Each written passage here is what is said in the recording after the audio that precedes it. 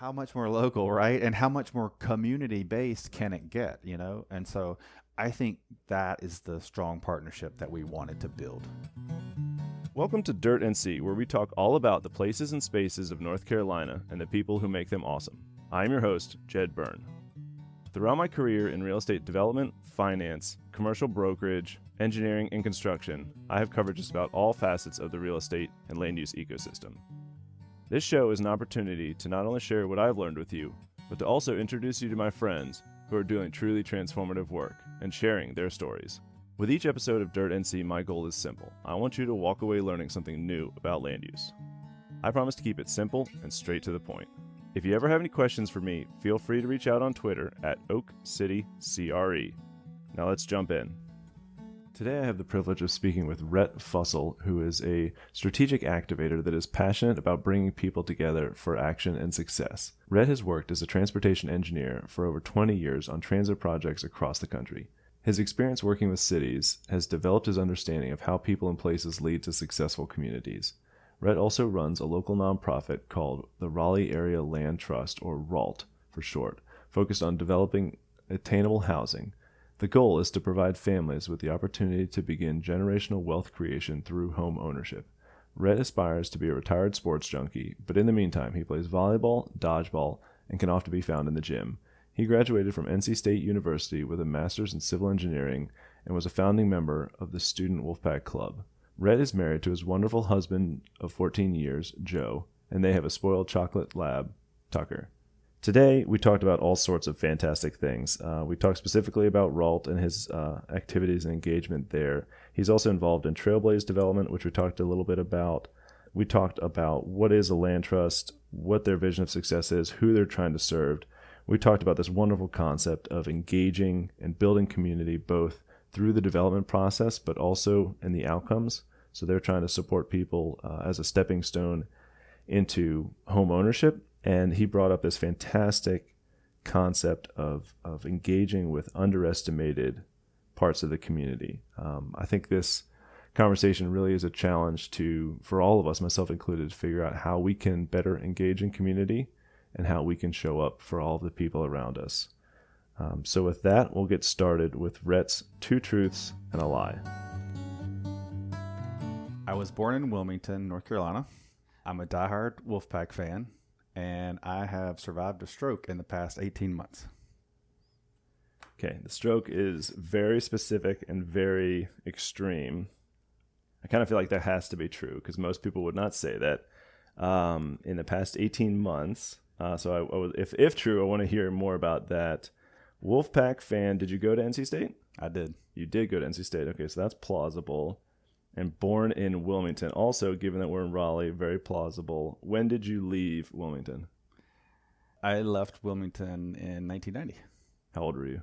I was about 18 when I left to come to NC State. Okay, so that tracks. What did you study at NC State? Civil engineering. Okay. Ooh.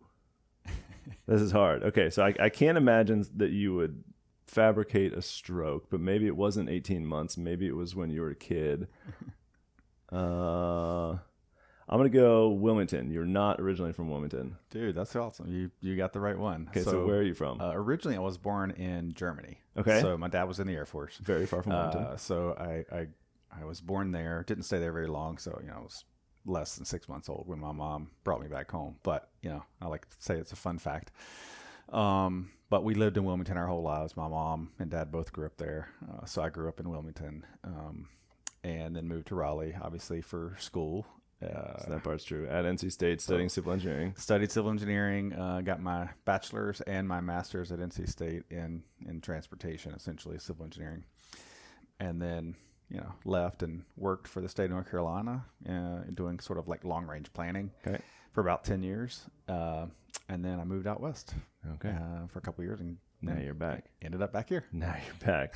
Was that the plan? Did you want to come back? Yeah, so the goal was, hey, let's do something different. I went to work for a private engineering firm, and they wanted me to go somewhere that they had a concentration of the specialty that I'm a part of, which is really specialized. And so I chose Portland, Oregon. So I lived there for about 4 years, longer then the original intent was to stay, but it was because I was enjoying it. Yep. And they were like, you can leave whenever you want. I mean, that's up to you. But the intent was, yes, to bring me back here and, sort of lead a Southeast node for the company. Very cool. Well, glad to have you back. With that, would love to hear kind of these days. Well, no, I can't leave the stroke. I forgot. So you had a stroke. Yeah, it's crazy, man. Completely healthy individual, and probably a month before the pandemic, I was at work and had a stroke. And craziest, scariest thing you'll ever be a part of. You can't really describe it. But luckily, the people that I work with got me in an ambulance fast. Wow. And within less than an hour, there's a miracle drug called TPA that they give people. It basically makes you free bleed. Which doesn't sound good. No, it's okay. very dangerous. Yeah. So they basically strap you down so you can't fall, move, whatever, because if you cut yourself or bruise or fall, you're catastrophic. Yeah. So so it saved me. I mean, like literally, allowed the blood clot to clear. And I had effects for probably the first 3 months. Wow. But I'm literally back full strength, everything.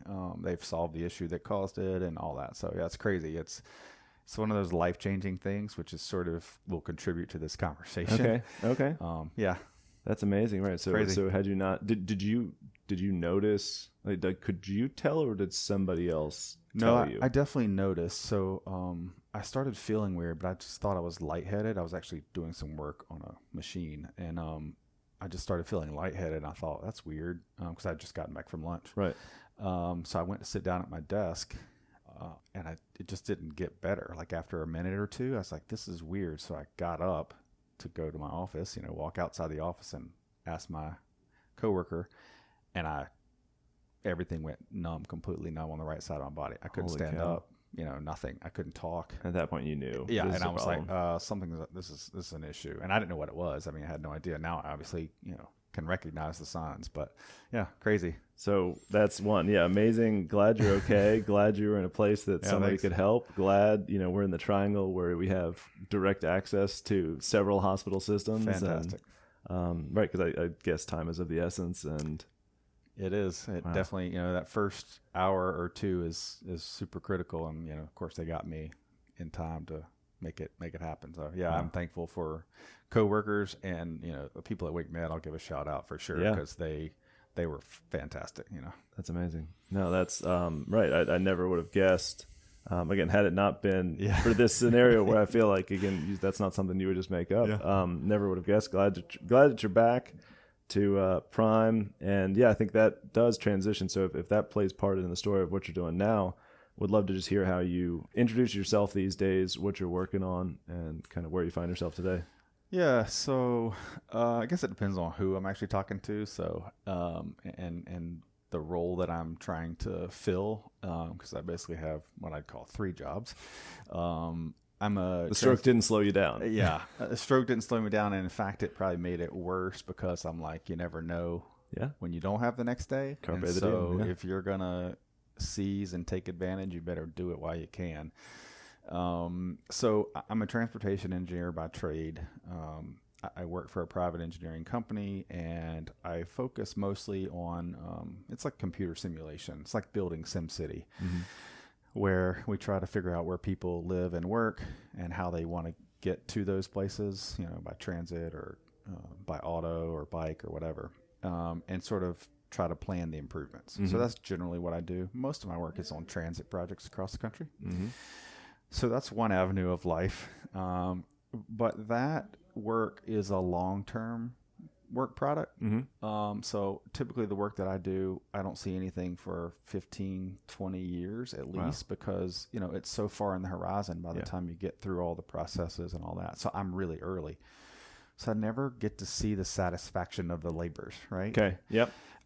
Which is not a bad thing. I'm contributing, but I wanted something more immediate, right? Like, especially given this issue, the stroke issue, right? So I'm like, I need to see impact, and I need to feel like I'm doing something in particular for the city that I live in, city and work and live in.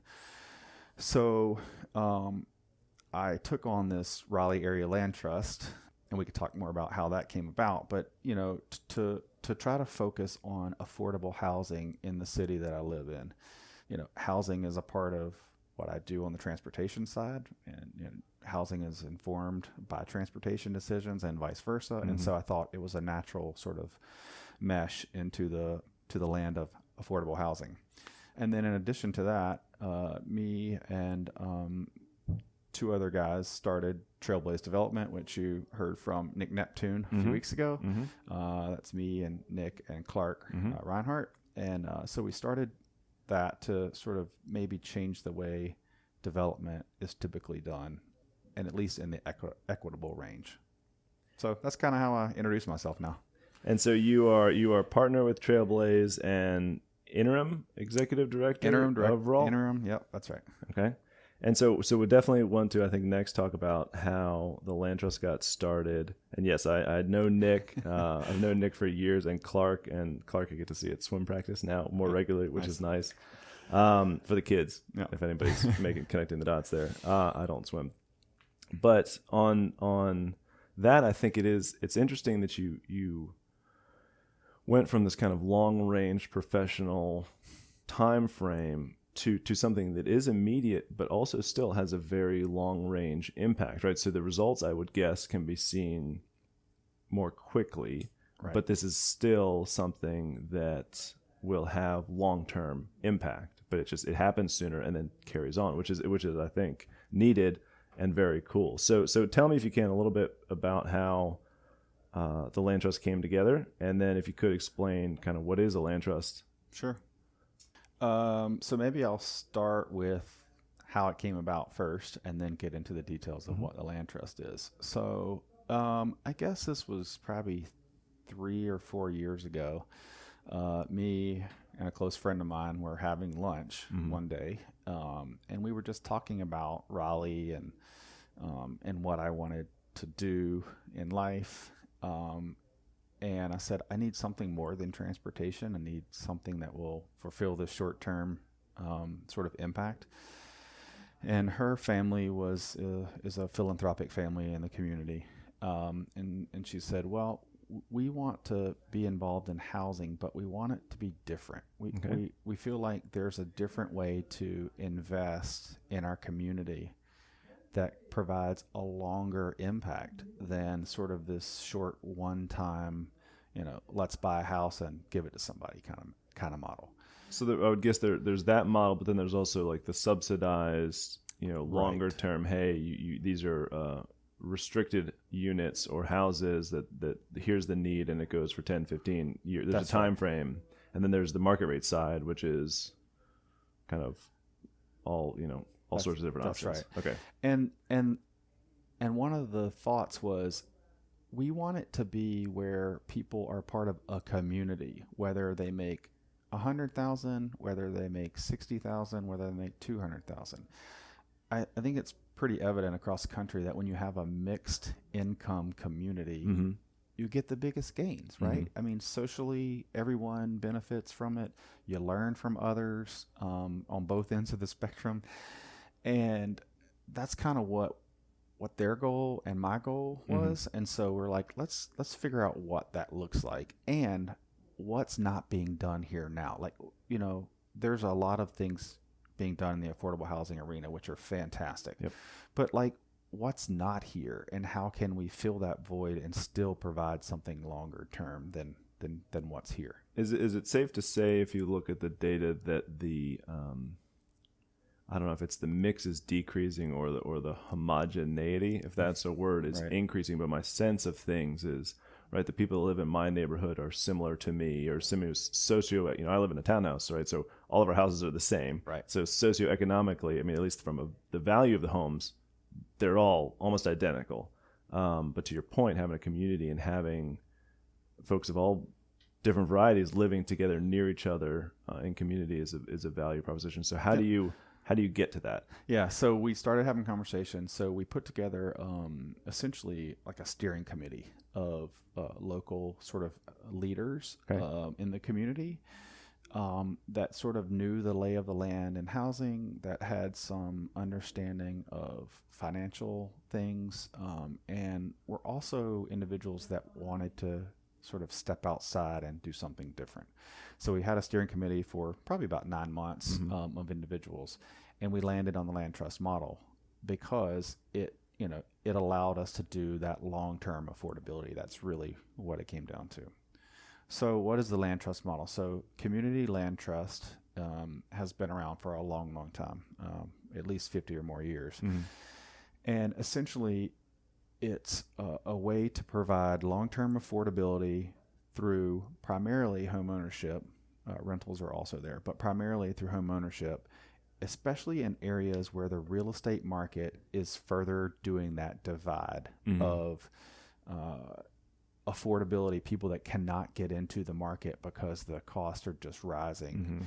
And so that's one thing. It also ensures that people that are low to moderate income can live in the communities that they want to be a part of, or that they even grew up in, right? As things like gentrification occur and people get moved out because they get priced out, it allows us to hopefully, leave those folks where they are or where they want to be, through some sort of shared equity, and we can talk about that. And then I think the bigger picture is it's about promoting community. There's the word community land trust for a reason. The community basically owns the land trust, and they guide it where it wants to go.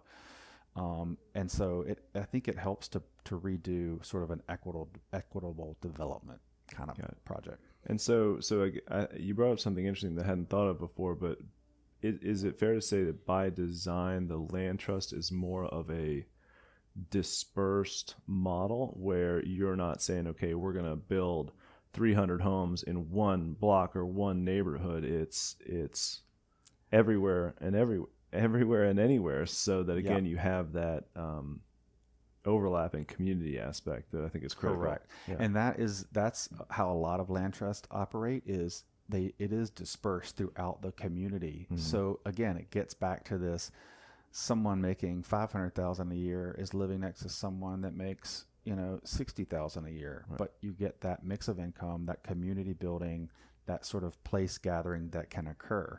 If there, it's not to say that we won't do concentrated developments, like the project in Idlewild. But the intent is, to sort of spread it out and build things throughout the whole county, really. Interesting. Okay, so this is not Raleigh specific. That's where I guess the Raleigh area. Okay, correct. So is the focus on Wake County specific? Yes. So our goal is to serve all of Wake County. And obviously, it'll be based on the opportunities that are provided to us, right? Obviously, one of the greater needs is right here in Raleigh, especially in Southeast Raleigh. So that's our sort of initial focus, and where we'd like to concentrate. But given opportunities elsewhere, we'll take advantage of those as well. And the need, is it fair to say, is greatest in Raleigh because this is where the acceleration of prices is being felt the most? Yeah, I think that's the case for sure. And I think that's where you also see the highest level of gentrification, right? I mean, that's really sort of the bigger issue, is people not being a part of the community that they live and grow up in, being sort of forced out. Right.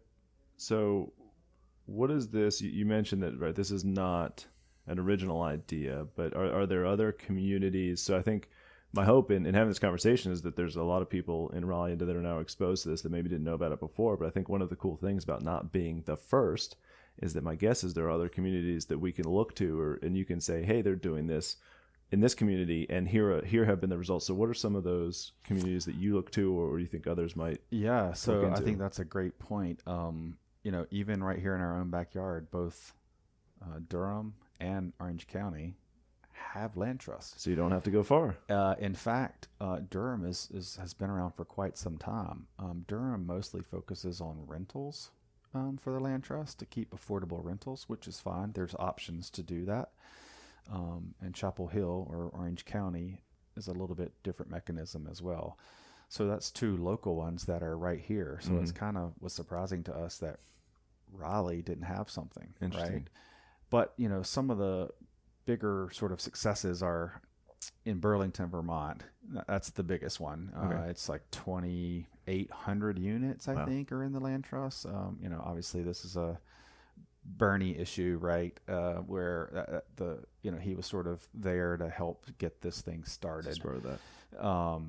But then, there's a lot of West Coast cities because of the sheer, magnitude of the housing market there, Atlanta, things like that. Okay. So then what, and we'll talk a little bit later about the financial piece, but, again, if the focus is on homes for purchase, right? So you want ownership, not rental. What are, who is kind of the group of Raleighs that you're focusing on?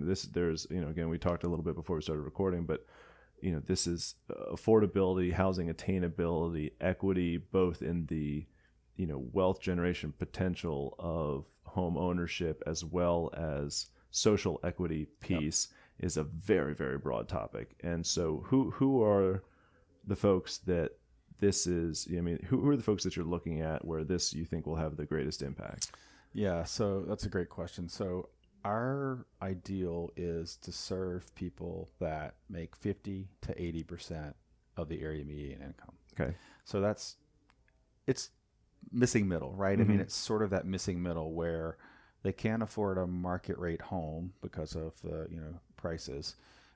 They're not eligible for what we'd call the lower income side of things with additional subsidies, rent Which is subsidies. 50 and below. Okay. Typically 50 and even actually mostly around 30. Mm-hmm. So they're sort of in this middle where they're working, they can afford a home, but just not one that's $300,000. Mm-hmm. And especially in this market where you're getting $50,000 over asking and stuff like that, they don't have a down payment. Like these are individuals that aren't going to come in with a huge down payment, right? And they're probably mostly have been renters, right? Because that's just what they could get into.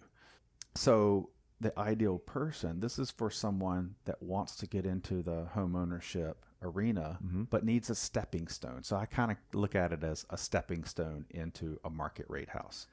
And for context, I think a lot of folks, I'm glad you didn't say AMI because then we have to explain area median income. But there's a number. Is this county based? Yeah.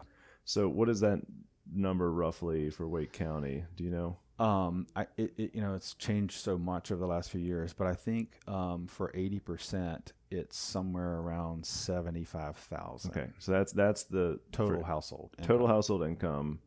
And so these are folks that if you're 50, if 80, do some quick math, but you're thinking, is it 40 to, you said 50 to 80%, so 40 to 75, somewhere in that range. Yeah, as somewhere household in income. That general range, and it'll be specific to the site, obviously, as well. But yeah, but that, again, that this is, to your point, this is teachers and firefighters and 100%. Right, government employees, and in Raleigh, right, so we have a large government presence. So if you're working in downtown but can't live anywhere close to downtown, as a whole host of issues. That's right. And actually, it's a good point that you bring that up. That is exactly the market, because a part of this conversation for me, 3 years ago, after talking at lunch, I then had a follow-up conversation randomly a couple weeks later with friends of mine. Mm-hmm. Two of them were teachers. One of them was assistant manager in a retail establishment. And they were like, we'll never be able to afford a home. Right. We'll never be able to live in Raleigh because blah, blah, blah, blah, blah. And I was like, wait a minute. Like, that doesn't seem fair, right? It doesn't seem like we're not doing our part to make everyone feel a part of our community. And so that was contributing to exactly what you said. And one of the things that I think is interesting about this conversation of affordability and attainability is that this is not a Raleigh problem or even a unique problem. This is a problem that the communities across the country are facing. And so it's exciting. And one of the reasons I wanted to talk to you is that there are potential solutions, and there's no silver bullet. Like, there's no, here's what we need to do to fix the problem. I think one of the quotes that I heard a couple months ago that sticks with me, though, is that there's a difference between a problem to be solved and attention to be managed. And so in our economic system, maybe there's always going to be an affordability problem or challenge. There's a tension there, right? So maybe you can't just eradicate the problem, but there's a tension. But there are plenty of groups and plenty of very smart people who are dealing with similar problems all over the place. So how can we take these ideas, right, from the Northeast or the West Coast or wherever, and say, okay, well, how does that apply to the challenges we're facing in Raleigh? Use the knowledge, don't reinvent the wheel, but just say, this is something that we can do. We can try. Let's get started. Let's create a stepping stone. Let's see the results. If it works, let's dive further in. If it doesn't, let's tweak. And, again, to me, it's always fascinating that this is not, unfortunately, really a unique problem, that there are people dealing with this and working on this across the country. So let's bring in the best and the brightest and smartest and see what we can do. So, yeah, I kind of think of it in transportation terms because I'm a transportation dork, right? So it's like people have choices on how they're going to go from point A to point B in the transportation world. They're going to take a bike. They're going to walk. They're going to, use transit. This is yet another choice, another option for people to utilize and leverage in a way that they typically wouldn't have been able to do. And so I think that is the thing. We're not there to compete against other existing housing providers. That's not the goal. There are so many different options that can provide some, piece of the puzzle for affordable housing. And that's kind of the way we look at it. But to your point about the stepping stone, if your two options are rent or save up $40,000 for a down payment, you might never get there. Exactly. And so your options are, while there are options, it's a limited scope. Right. So let's talk, I think in terms of Raleigh Area Land Trust, you have, tell me a little bit about, you've got two, I think, properties already in the trust. And then there was some big news recently. We're in July of 2021, but some big news recently about Lane Idlewild. Tell me a little bit about how your existing projects came about and this new project, and just kind of give folks a sense of how this plays out in real life. Yeah. So we, on purpose, have sort of been hiding in the background, right? I think I have explained that to a lot of people, where what we wanted to do was make sure we understood what we wanted and what our goals were, and to build relationships first, because without relationships, it's really hard to start a ground up nonprofit, right? And so we did that for a while. And we recently, as you mentioned, got our first two properties in our portfolio. And I'll say portfolio because they eventually will not be ours, right? We'll sell them to homeowners. But right now we have two properties that we're going to do some fixing up, and then we're going to put them on the market probably sometime in October of this year. So yeah, it was a huge deal for us to get these first two properties, because once you have them, there's something physical, there's something tangible, right, for all of the stuff you've been working for the past 3 years, right? So pretty emotional for me when I signed that contract. That's awesome. Yeah. That day. So that happened the last week of June. Okay. And so then 2 weeks, well, I guess it was about 2 weeks later, maybe a little less than that, we found out that we won the Lane Idlewild project. So you've been busy. And so it was just a crazy couple of weeks, right, when we found out. And it's a game changer for us. It's like, like I said, we've been sort of hiding in the background. All of a sudden it's like, okay, well, here's our coming out party, we're doing this and everyone knows about us. You can't really hide it anymore. And so for me, I think that's been great to say we're finally here. It's like the song, Hey Ma, Look, I Made It. It's like, if I could sing that song over the radio, I would. But that's kind of the feeling that it is for us over the past, now three weeks. Got it. That's awesome. So would like to hear more about the development approach for Lane Idlewild, because that's ground up. But what percent of, and when you say sold, you're going to sell these homes, that is true. But I think one of the interesting things about the land trust model is my sense is it just grows over time, right? You are always going to have the land in the trust, right? That's right. So every opportunity, every piece of growth just makes the trust bigger and bigger and bigger. But so do you get a sense of, maybe it's either Raleigh area land trust or a typical land trust, how much of the homes are ground up new construction versus kind of rehab or acquisitions? Yeah. I think most of them are acquisition / rehab. There are obviously, ground up construction, like even places like Habitat have been merging with land trusts to create a better sustainability for both entities. But I think most of them are sort of rehab because they're mostly neighborhood individuals that start the land trust. They understand what it is, and they're like, all right, we want to protect my community, right? And so I think most of them are just default that way. Yeah, and I would guess too, from a cost and development perspective, that in these markets where this is a popular concept, you're by definition in an area where cost of construction is expensive, costs are growing, there is inflation, and so it makes a lot of sense. So then that makes Lane Idlewild really unique, on top of the fact that this was part of a very unique land transaction experience. So talk to me about that. I mean, this I think has been in the works for a while, right? So tell me about the $1 sale and how you guys got here, and then what the path forward looks like. Yeah, so this has definitely been a crazy experience, not just winning, but the whole process for me. So I came in obviously from a transportation side, knowing nothing about housing developments, right? Knowing nothing about affordable housing, having no relationships in the housing arena. So, we were starting from scratch. So we had been, we sort of knew that this was going to happen at some point in the future. And so probably about 3 years ago, I started working on it. I mean, I sort of started building relationships and trying to understand what the problem was, and like, who best to serve, and what the city was or wasn't doing. I looked through the long range city plan, the county plan, and ironically, both of those had land trust in there. As we want to start a land trust, we want to have something that can protect the affordability of the land that the counties and cities owned.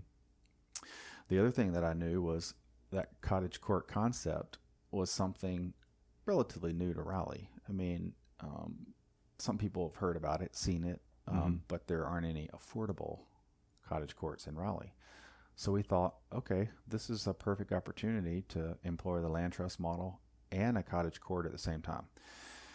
So we spent time doing that, went through the bid process. So originally, it was 35 teams that bid on the dollar land last year. We were one of the top 4. We then went into the second round of the proposals and put together a proposal that obviously made an impact.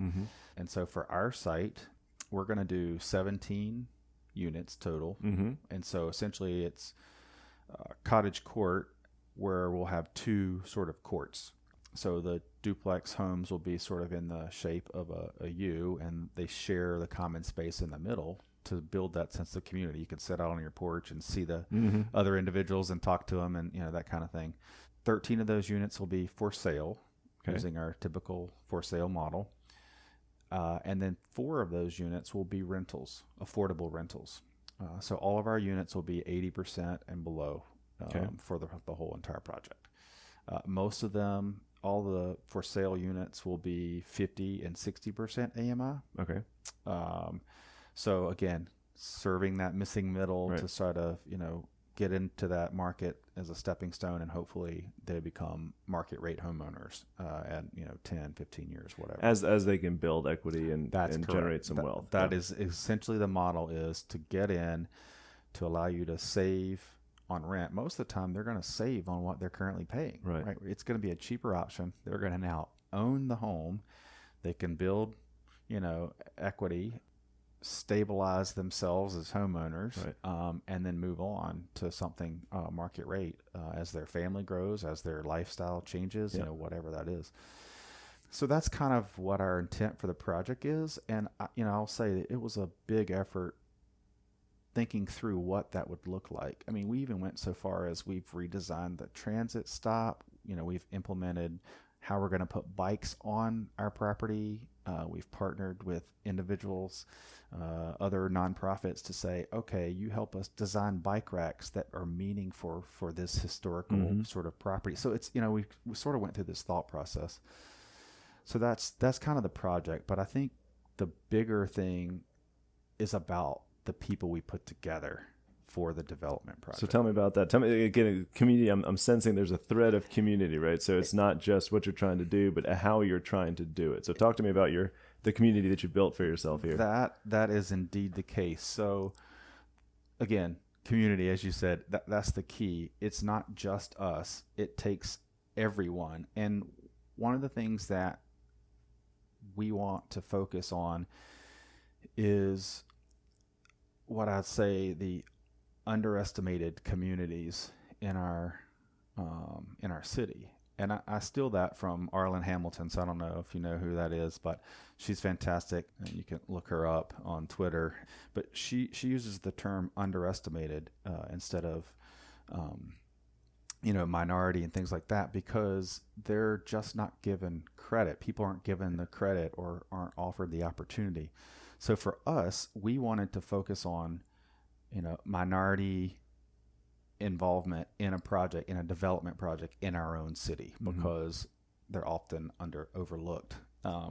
So we partnered with Raleigh Raised Development, so that is a new entity for three guys that grew up in Southeast Raleigh. That's Lavelle Moten, NCC Central's coach. Yeah, he's awesome.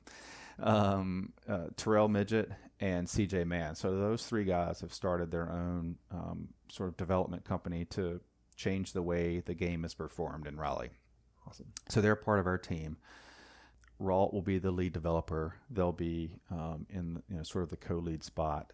And then we also teamed with Haven Ventures out of Durham. They specialize in affordable housing, have been doing it for a long time. They're a B Corp, so they're socially involved. They get it. They achieve the mission that we want to achieve. And so that team is really strong. And I think that's one of the things that the city liked is it was a diversity, not just on the model itself, but in the aspect of who's involved and who is from that community. I mean, Lavelle grew up on this physical site. He literally grew up on the site. So it's like, how much more local can you get? How much more local, right? And how much more community based can it get? And so I think that is the strong partnership that we wanted to build. That's awesome. Yeah, and I mean, I think the thing that you brought up too, and I love that idea of underestimated as opposed to maybe you hear underserved or it's right. It's under resourced. It's underestimated. It's kind of this latent potential that doesn't have an opportunity, and given a chance, giving a stepping stone, giving a community to come together and act. I'm personally very excited to see how this progresses. And again, it was why I was so excited to talk to you. And you also bring up, the cottage court, which I think is again, this is something that you see in plenty of other markets, and now you'll be able to build this project using that as a template. And I think not only will it have an impact for you and your homeowners and your partners and your community, but as a whole, I mean, even outside of the attainable or affordable housing arena, to say like, look, this is a way to more effectively and efficiently use land to reduce the resources needed. So even if you're talking in some other community, you can say, hey, look, this works. Because again, this is not I mean, we don't need to recreate the wheel every single time. We can use these examples. I mean, I have a book on cottage courts on my bookshelf. This is something that exists. And I think for us, once we start to see, the boots on the ground examples, and again, I'm encouraged by this idea of underestimated people, where you say like, listen, as we bring people to the table, as we pull up some more chairs and have these conversations and then do the thing, holy cow, it works. Right. Let's do it again and grow and grow and grow as a community. And again, so anyway, I'm blabbering, but this is extremely encouraging. I would like to, on a kind of a basic level, Yep. Again, as the land trust, from my understanding, will own the land, but you're talking about selling homes to people. So what does that transaction look like? So you've got the home, it's built. We know who the buyer, Right. group is going to be. So they come to you and say, okay, we would like to buy these homes. What do they contribute? What are they receiving? What does that transaction look like on the buy side originally? Yep. And then kind of walk me through, years down the line, because again, you mentioned that the idea isn't that the folks are going to live here for the next 70 years. This is a stepping stone, and they can, I believe. Yes. But this is a stepping stone to get into this market. So talk to me a little bit more about that transaction. Yeah, so I think you've broken it down into what's the beginning and what's the end. So yeah, you're right. We'll have people apply for the homes. Mm-hmm. Again, fitting the categories of 50 to 80% of the area median income. There's some additional screening criteria, right, so that we make sure we're getting the right people in the homes. Will you operate that? We will do onboarding? That. Mm-hmm. Okay. We will do all that. We're actually doing what we'll call homeowner training. Everyone homeowner training will have to go through that before they're even allowed to purchase a home from us. Which makes sense if this is the first time, right? Yeah, most of them are first-time home buyers. And so that will be done through DHIC. So we have a partnership with them. The homeowner, they have a home ownership sort of training facility. Center here. It's awesome. And so we've partnered with them. Again, partnerships are the key. It's community, right? So build off of what's already being done. We don't need to recreate it, as you said. So let's let those people do what those people do, right? They're smart. They know how to do it. So let's say that that's all done. So we will then find a homeowner out of our queue of people that have applied, and we could talk more about that later. They will purchase the home from us, but essentially how it works is we own the land forever. They purchase the structure or the home itself, and they own it just like any other family across the country. The difference being they lease the land from us for a minimal charge per month, which is about $35. And so that lease allows them, the rights to use the land. They can make improvements to it. The bushes, whatever, they maintain it. They're just leasing it from us. So they own the home. They have a mortgage just through a lender, typical lender.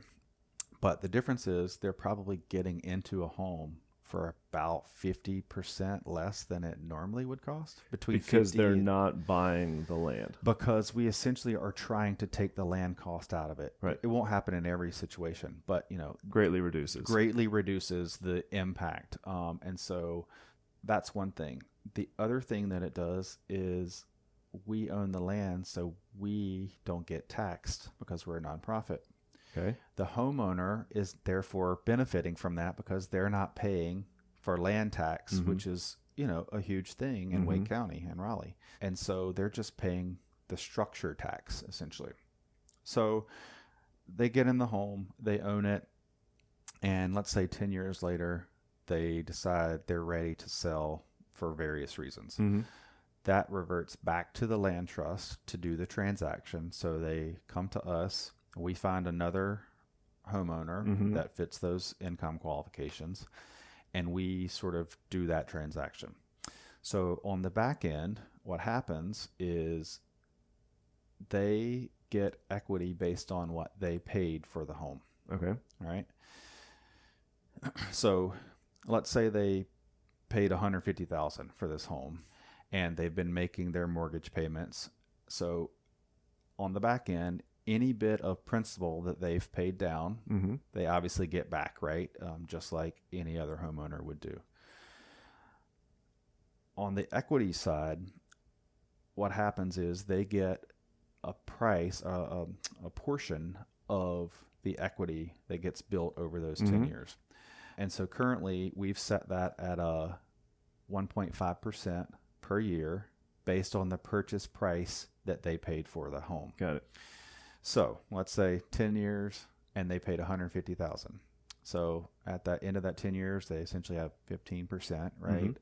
And so they'll get $22,000 and some change, right, of just equity from the growth of equity in the house. In addition to they've been making 10 years of payments on their Correct. traditional, 30-year mortgage or 20-year mortgage. That's right. Okay. That's right. And so, let's say on the back end, after that 10 years, they're probably getting somewhere in the range of $50,000 to $60,000 on that back end, right? So that then allows them to leverage themselves, like they bet on themselves, right? So they leverage themselves to go out and buy a market rate home, which they now can compete in the open market. So I think that's kind of the transaction and how it would happen. And then we obviously then sell the home again to another qualified buyer, but it's at a much reduced rate because the equity has stayed in the home, right? The land trust isn't like profiting from it. Oh, that's right. So the equity that, let's say it started at 150 and now the house is valued at 250. Well, the next homeowner isn't paying 250. They're paying a much reduced rate. So it's really, they're only really paying the 150 plus whatever that equity return was on the back end. So now this house is going to sell the next time for 170 or 175, right? So the way we've sort of calculated it, and again, this is based on others, they've done it, like you said, across the country. Average homeowner is 7 to 8 years, right, before they go onto a market rate house. We can sell that home over a 30-year period 3 or 4 times and never get back to the original value of that home, right? That's so crazy. Let's say it was originally $300,000, right? I mean, imagine being able to say 30 years from now we're going to have $300,000 home. I mean, look at the prices in Raleigh in the last 5 years, right? I mean, no one would ever say that. I think again, given our townhome has gone up 40% maybe in 5 years at least, which is crazy. Yeah. So that's the thing. Are we limiting equity? No, we're sharing it, right? Yeah. We're sharing it because there's a cost between affordability and generational wealth building, right? And so you have to sort of figure out that balance of who gets what. And so we feel like it's a sharing, and it's basically paying it forward for multiple people instead of just one individual. That's, I think, the difference there. And again, it goes back to that community aspect. It's sharing the 100%. Financial equity amongst, and social equity and keeping a balance. And again, allowing multiple families to have a stepping stone into then, the market rate economy where they wouldn't otherwise. That's right. And so that's a great point. Is people always say, but you're limiting their equity. And my response is, I'm not limiting their equity. The market is limiting their equity, because right now those homeowners have no participation. So they're getting nothing. They're literally getting nothing out of the market at all. They don't have a chance to build any wealth. They can't pass it on to their heirs because they don't own anything. And that's the difference. And, the land trust model, they can pass it on to their heirs if they die. Right. So. Yeah, no, it's, again, I think part of why I wanted to have this conversation and then future conversations with other folks is, again, exposing people to this idea and as a concept that, again, up until not that long ago, I was unfamiliar with. And you could say, okay, well, here are the challenges. But again, you look at the opportunity to something like this that is bringing what you've said, bringing more seats to the table for development, which is something that I care immensely about, right? It's how do you get more people involved in these decisions? So it's not just one small group of people that are making these choices and decisions for us as a community. How do you bring more people into the fold? But then also the model itself, how do you get more people into home ownership so they're building equity, so they're building wealth, so that they can then, have some stability. I mean, there's all sorts of positive outcomes to this, which I find extremely exciting. What do you think, what's kind of the vision for, I don't know, call it a 5-year, 10-year plan, but what does, success look like to you? So 30 years from now, right, we're through a full mortgage cycle. You're looking back and saying, okay, again, you've had that immediate, or maybe it's a full mortgage cycle or 2 transportation engineer cycles. What do you look back and what's the goal, or what does success look like to you, do you think? I think success, there's sort of short-term success and long-term success. And our short-term success for RALT is, let's get 50 homes in the land trust in the next 5 years. Yeah. So 50 homes in 5 years. And that sort of starts this year, right? So that's a short-term goal. And might not seem like a big number, but think about it as ground up. We're from the ground up, and you got to raise subsidy. You got to get these homes. You got to go through the process. So 50 homes in 5 years is our goal. I think we can achieve it, but that's just a number, right? That's just a measure, that we can sort of see. But I think success to me, success to RALT, not to me, and I'll talk about success to me as an individual, but success to RALT is bringing in the community to make more good in the community, right? So, and that may seem or sound weird, but again, we want to be there to build relationships that can then promote the community members that are in the homes, that are a part of the community, the roofers, the plumbers, the electrical contractors that are underestimated, right? Or don't always get the front and center that they deserve. And so for me in RALT, that is one thing that we think is success, is that we've been able to form a community that cares and is doing the right thing for the greater good. I also think success is when RALT is in the conversation for any affordable housing project. So there's a piece of land that comes up, someone says, we need to get RALT on board for this. Yeah. Whether we're the developer or not doesn't matter. But there's combinations of we can partner with other nonprofits, to maintain the affordability of the land. The city and county are recognizing us as a sort of staple in the community, like the DHICs of the world, right? The habitats of the world. Success to us is that. It's that we're a part of the community and that we are one of the first ones that get thought of in the process of housing. So I think that's kind of the success story long term. Yeah. And obviously to know that we have impacted X number of people or families throughout that sort of 30-year span, right? To say, hey, look, we've been able to do this, whatever this is, right?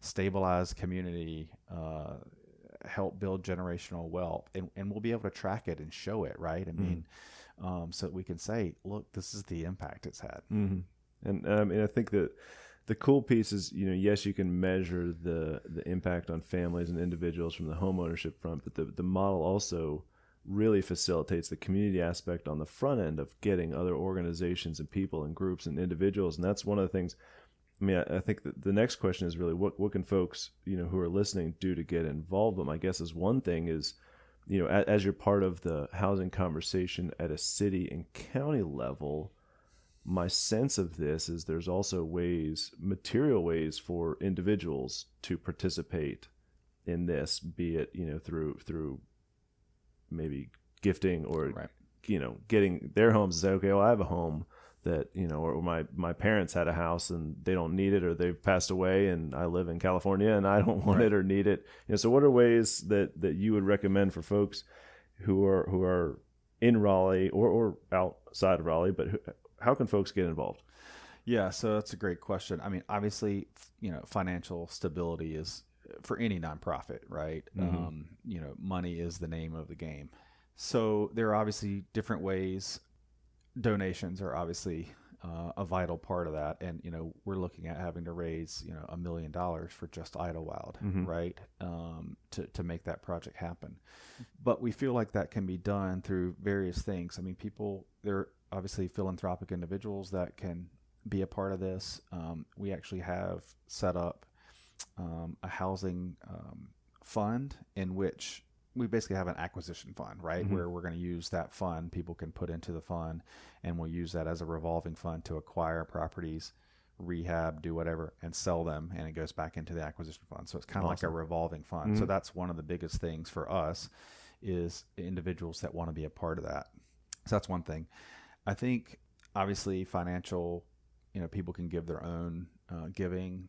They could donate houses or land. So for us, that's one of the things that we feel like the community can do most is leverage the assets that they have. It doesn't mean that they have to give $50,000, but what they could do is say, hey, we know of neighbor X that passed away or wants to sell their home, we'd want to keep it in the community so that we can not see it be a mega mansion, right? And so they can come to us and we'll work with them on how that process would work. It's not like we're not going to give, something fair and reasonable to them. We're not asking for it for free. If they want to donate it for free as a part of their will, that's fantastic, right? I mean, that's a lasting legacy on their community. Absolutely. But, we'll work with individuals to say, all right, we'll purchase the home for this, and it'll sort of be in the land trust model. Actually, that's one of the things that we have individuals right now that are coming to us and saying, okay, as a part of my effort to give back to my community, I want to go ahead and put my house in the land trust. I still own it. I still live in it. And so we're working with those individuals to do that, where they get a upfront, payment to themselves. And then they come in and share the equity on the back end, just like everyone else would do. So that allows us to get, some ownership of it now, but they are giving back. It also, for these individuals, so, we have some older folks that say, taxes are killing me, right? I mean, they're paying, $3,000-$4,000 a year in taxes, which is more than their mortgage, or if they even have a mortgage at all. Right. Well, so think about it. When it comes into the land trust, back to the tax thing, they save on the land piece, and so it's a win-win. And so I think things like the religious and faith-based organizations, that's another one where they own properties. Their churches and their entities own properties that they could donate to the land trust or sell to the land trust. And so there's all kinds of things like that, and getting their companies that they're a part of to be a part of the land trust and helping investing in something that's a long-term steward. So they can reach out to us at RALT.org, RALT.org. Perfect. And that's the great place to start. So what about kind of high level again? Is there anything else that we didn't get a chance to talk about that you would like to discuss before we wrap up? No, I think just to reiterate that there's a lot of options that should and could be available to people, and other cities have options.